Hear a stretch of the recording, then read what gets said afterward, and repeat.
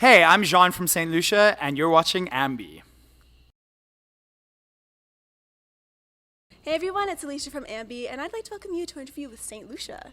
Hey guys. Hello. Welcome. Thank you. I saw a photograph you posted of the infamous Nathan Phillips Square Toronto sign. I'm assuming you were hanging around there yesterday. Yeah, we actually went to see the new Star Wars for the second time last night, and that would just happen to be on our way back from the cinema to our hotel, and we just passed by, and I couldn't help but take a photo. It was awesome. You enjoying your time here so far? Yeah, we always have a great time in Toronto. I mean, it's such a cool city with so many cool things going on and great food. Yeah, we love it. Well, since we last spoke, you've actually now dropped your new record, Matter. So congrats. Yes, thank you. I know it was about 3-4 years in the works since writing that initial song. So how does it feel to finally have just unleashed it to all of your fans? I mean, it feels amazing. Obviously, in some ways, it's like a little nerve-wracking as well because you hope that people, you just pour your heart and soul and everything into this album, and you hope that people get it and appreciate it and, think it's as good, if not better than your last album, so good, it's like good but nervous and like all these different feelings together. I saw Elton John actually featured it on Rocket Hour. Yeah. What was it like getting that notification through your feed? That was crazy. I kind of thought it was fake for a while. I was like, Elton John, whatever. I just thought it was like some thing. And then I realized, oh, wow, he's actually playing the song on his podcast. Is it coming out today, or when is the episode? Because sure. I listened to the most recent episode yesterday, and it wasn't on there. So I'm assuming it's like coming out. I love how you're keeping up with it. No, I know, because it's amazing. Like Elton John, I love so many of his huge. records. Yeah. Well, the album features a lot of love songs, anti-love songs. You mentioned how there's even some sexy songs thrown in there. Yeah. It really, to Yes. me, when you read the lyrics and listen to it, feels like it was written by a hopeless romantic. So is there some part of you that's just really interested in love and writing about it? Yeah, I mean, I'm not, like my writing process is not very, I don't come from a place of, writing about something. Like, I'm not like, I'm going to write a love song, or I'm feeling this way and I'm going to write this thing. It's just like these songs come out and these like random words that don't make any sense at first. And then eventually they kind of form themselves into these things. And, yeah, but I think you definitely hit the nail on the head. I'm a bit of a hopeless romantic. I enjoy life. I'm not super angsty in general. And so I think that generally comes out in my music, and I love beautiful things and good food. And, yeah, I'm very idealistic in a lot of ways. So yeah, I'm sure it comes out in some way. For the first record, you actually mentioned how you held back a little bit on your vocals, but on this album, you just belted whatever you wanted to do. You were really expanding your vocals. When did that shyness kind of shy its way out? I think it was like a gradual thing over the last few years, like, just performing live a lot. Like the first album was made in conjunction with us, like, first of all, not touring, not being a band at all, and then starting to tour and kind of just figuring out like who we were as performers and who we were as a band. And I think, that's a very vulnerable position for any band. I think any artist or band, you'll see them change a lot from their like first to their third or fourth album, generally, because it's only when you're really out there in the world and you see people reacting to what you do that you just start to almost see yourself reflected in other people, and you start to figure out who you are. And I think it was just that process of performing live and just seeing how the audience enjoyed it when we came out of our shells a little bit more, and then we just were gradually coming more and more out of our shells. And yeah, and I was always kind of like, I feel like I came up in a time where like really singing was not such a kind of cool thing. Like everyone was kind of very restrained with their singing or very deadpan. Yeah. And, I was always trying to hold back on my vibrato or hold back on like really singing. But then I think I just realized that is just my natural way of singing or being, is like, being sort of very bombastic in some kind of way. And so I just sort of let that out on this record, and it just sort of naturally happened, and there it is. Well, you let that out, and when I first saw you about 2.5 years ago, you were not afraid to dance on stage, but you've totally amped that up, the whole band, even more. So I guess, have the nerves kind of dissolved? Yeah, I mean, there's still definitely some shows where I get nervous, like if got really nervous before Coachella. But, I think the more you do it, the more you go through like nightmare scenarios of things going wrong and all, and it's just crazy stuff happening, but you realize that you are still alive on the other side.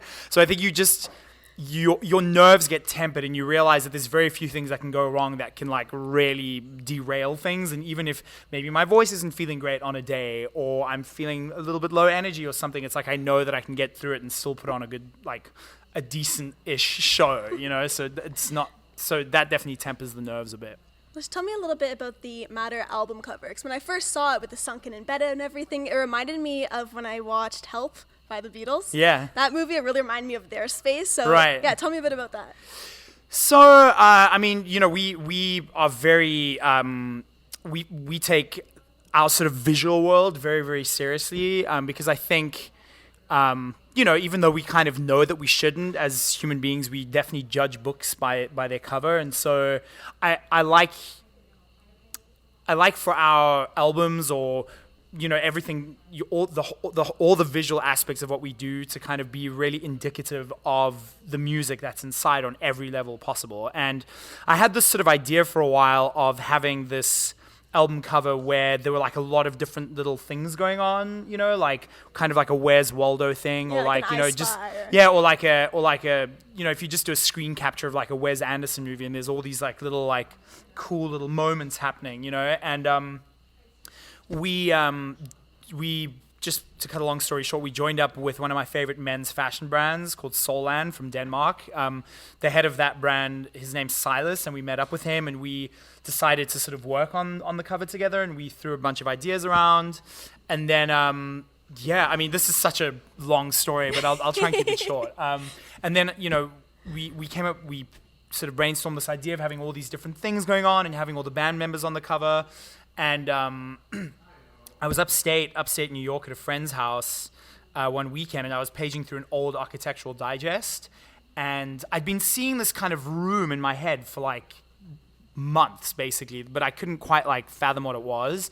And then I opened one of the pages of the architectural digest, and literally the room that I had basically seen in my head for months was like on this page, and I'd never actually physically seen it in real life before. And I was like, that is the room that we have to base the cover on.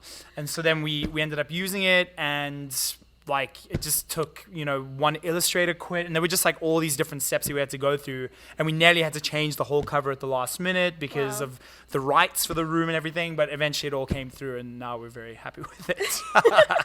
That's awesome. Yeah. Well, your music's known for having these new wave and 80s undertones that definitely carried on to Matter. Yeah. And in the Dancing on Glass video, definitely some throwbacks in there. So outside of music from the 80s, what are some of your favorite things about that decade? I feel like the 80s was the decade of decadence. It was like this decade where it just, if you look back and you watch movies and whatever, it was like people just were not like holding back, maybe in there were certain like subcultures that were holding back in some kind of way, but a lot of people remember the 80s as just being this really like bombastic, vivacious decade. And what I like about that is I just feel like, in the last couple of decades have definitely kind of been ones where we've started to feel guilty as a society about, the environment or about capitalism or about all these kind of, all of those kind of ideas. But I do think that we've lost a little bit of the sense of like expansion and possibility. And that's, I guess, what I like about the 80s, and what maybe we as a culture can learn from the 80s is not like, overindulgence or whatever, but just the idea that you can like do something really, really big and celebratory, and it doesn't have to be considered bad or overindulgent necessarily. Yeah.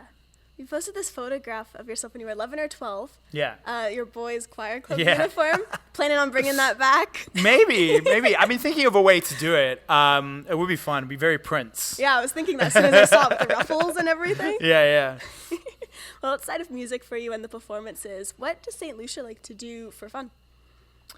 Oh man, so many things. Obviously, go to the movie. Like normally when we're not on tour, we live a very, very kind of normal-ish life. As normal as your life can be when you live in New York City.